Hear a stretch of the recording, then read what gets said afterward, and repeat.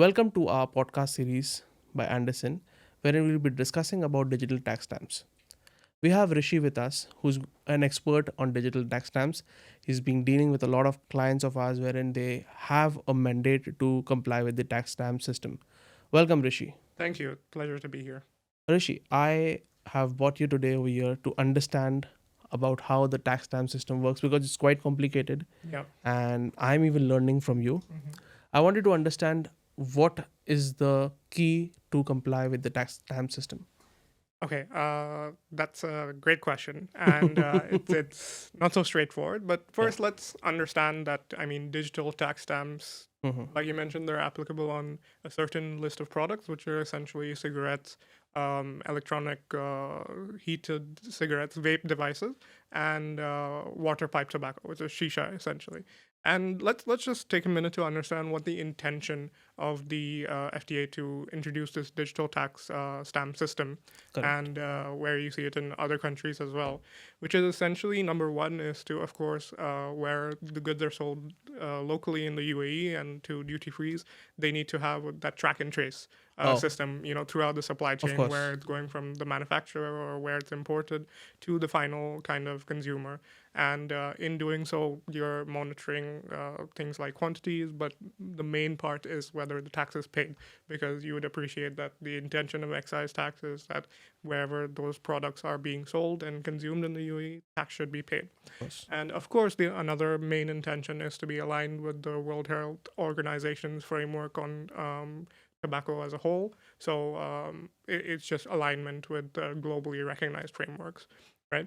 Now, coming to compliances, well, it really comes down to firstly, the FTA defines that there are certain categories or roles of companies that they have in the supply chain Mm-hmm. for the entire picture. Number one, we start with the manufacturer. So, if you're a manufacturer, even if you're an international organization that's manufacturing in the UAE, you will be manufacturing tobacco or excise products that are under the purview of digital tax stamps. So, you would have to register under the DTS scheme to keep a track wherever you're manufacturing those goods and you have the intention to sell them to the UAE local market or UAE duty free market, you would need to affix those stamps as well. Then the second category that they define is importer. So not necessarily if you're manufacturing them here, but if you are importing them here Mm-hmm. with the intention of selling them to Selling the in the UAE mainland. in the mainland or the duty free, you will have to affix those stamps as well and get registered yourself. And number three also, which is interesting, and I think practically I've seen many companies miss. I can appreciate that it's a niche, but overall it is the distributors, right? So eventually, once the manufacturer or the importer does sell it to the third party Mm-hmm. distributor, and the distributor will onward sell it to customers in the UAE, whoever it may be. So it is that intermediary in the supply chain. Okay. And what's interesting is even they have a requirement to register for DTS and do the compliances. Oh. So let's understand what kind of So compliances. before that, one question. Yeah, So you mean to say that the entire supply chain from the producer till the ultimate retailer, everyone have to comply? absolutely, absolutely. Don't you think it's quite cumbersome?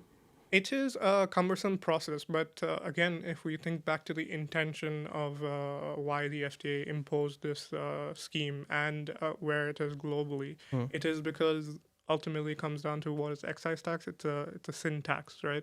They Okay. want to monitor, they want to kind of administer and control the consumption of tobacco products and ensure that the framework of why they introduced it in the first place is in line with their goals.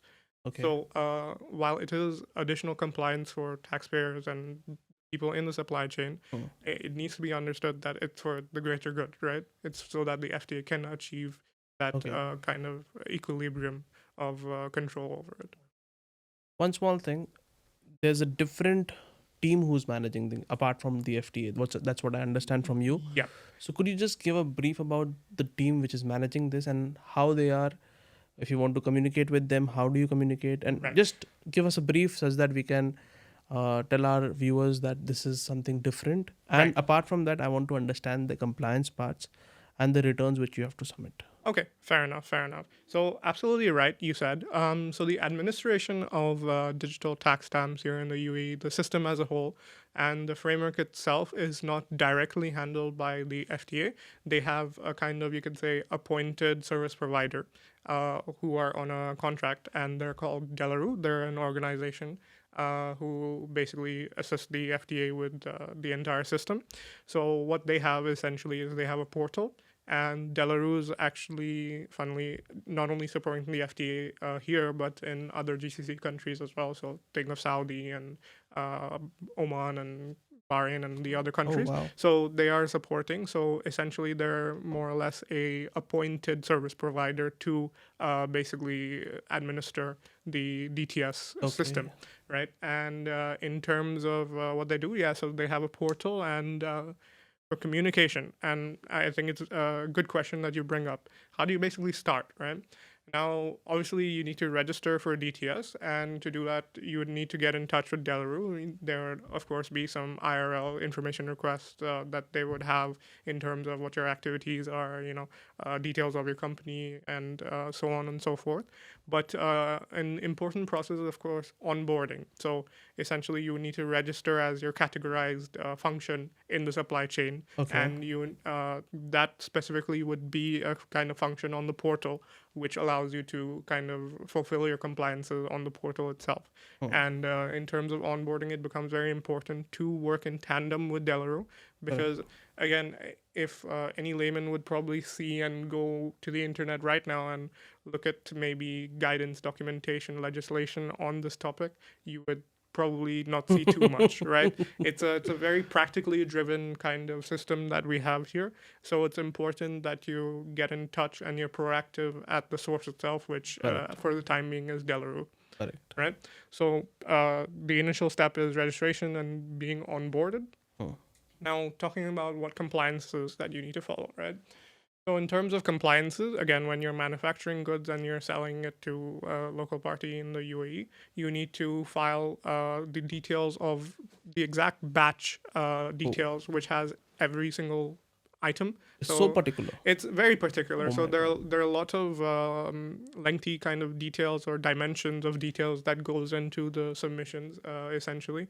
But whenever you're manufacturing goods that are intended for the UAE local market, that needs to be reported Oh, basically on the Delaru portal as well. And the kind of details that you would need is have an assigned batch number, and you would need to provide the GTINs because again, it's in tandem. It's oh, for the purposes of excise tax, agreed. so that comes into play. And of course, quantities and other aspects as well. You would get a shipment ID, and the recipient also has to do a kind of they need to receive the shipment as Okay. well. So there's some aspects from both sides of the supply chain. So Okay. it's not just a one-sided party thing. Mm-hmm. Now, coming to let's say someone like a distributor whose sole function is to basically buy the excise goods in the UAE and then onward Supply sell it. it. So finally, they also have a requirement to report all their sales, emirate-wise, Oh my God. to each emirate on a monthly basis. Okay. Where suppose I'm a distributor, I buy a certain amount of tobacco products that are under the DTS scheme, and I'm selling it to Dubai, Abu Dhabi, Fujairah, what have Okay. you. So you have to keep a bifurcation of You have to everything. keep a bifurcation. You have to keep that controls, and you need to report it as well. Okay. And I think this becomes very important because the sales also have to be in a certain format. And if I had a suggestion as well, practically, it's something that maybe your tax team or whoever is responsible should be doing on a maybe day-to-day basis. Yeah, So yeah, of on course. on shipment or on sale kind of Onward basis. basis, yeah. Yeah, to log it into the Delaru portal as well.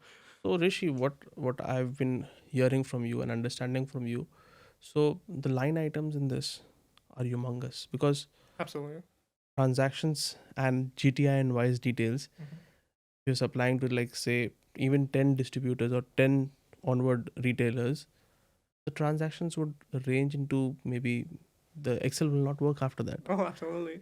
Yeah. And I mean, this is something that has been a practical issue, you could say, that the Delaru team is working with all the kind of taxpayers to do. But there may be some situations where, ideally, if you want to upload the data, it's by way of a template that you Yeah, fill in and upload. But sometimes that may not necessarily be aligned because of some technical issues, which of course they're doing their best to fix. But of course, with any system, you'll have those glitches, you'll have those technical issues that okay, you would need to kind of play around with.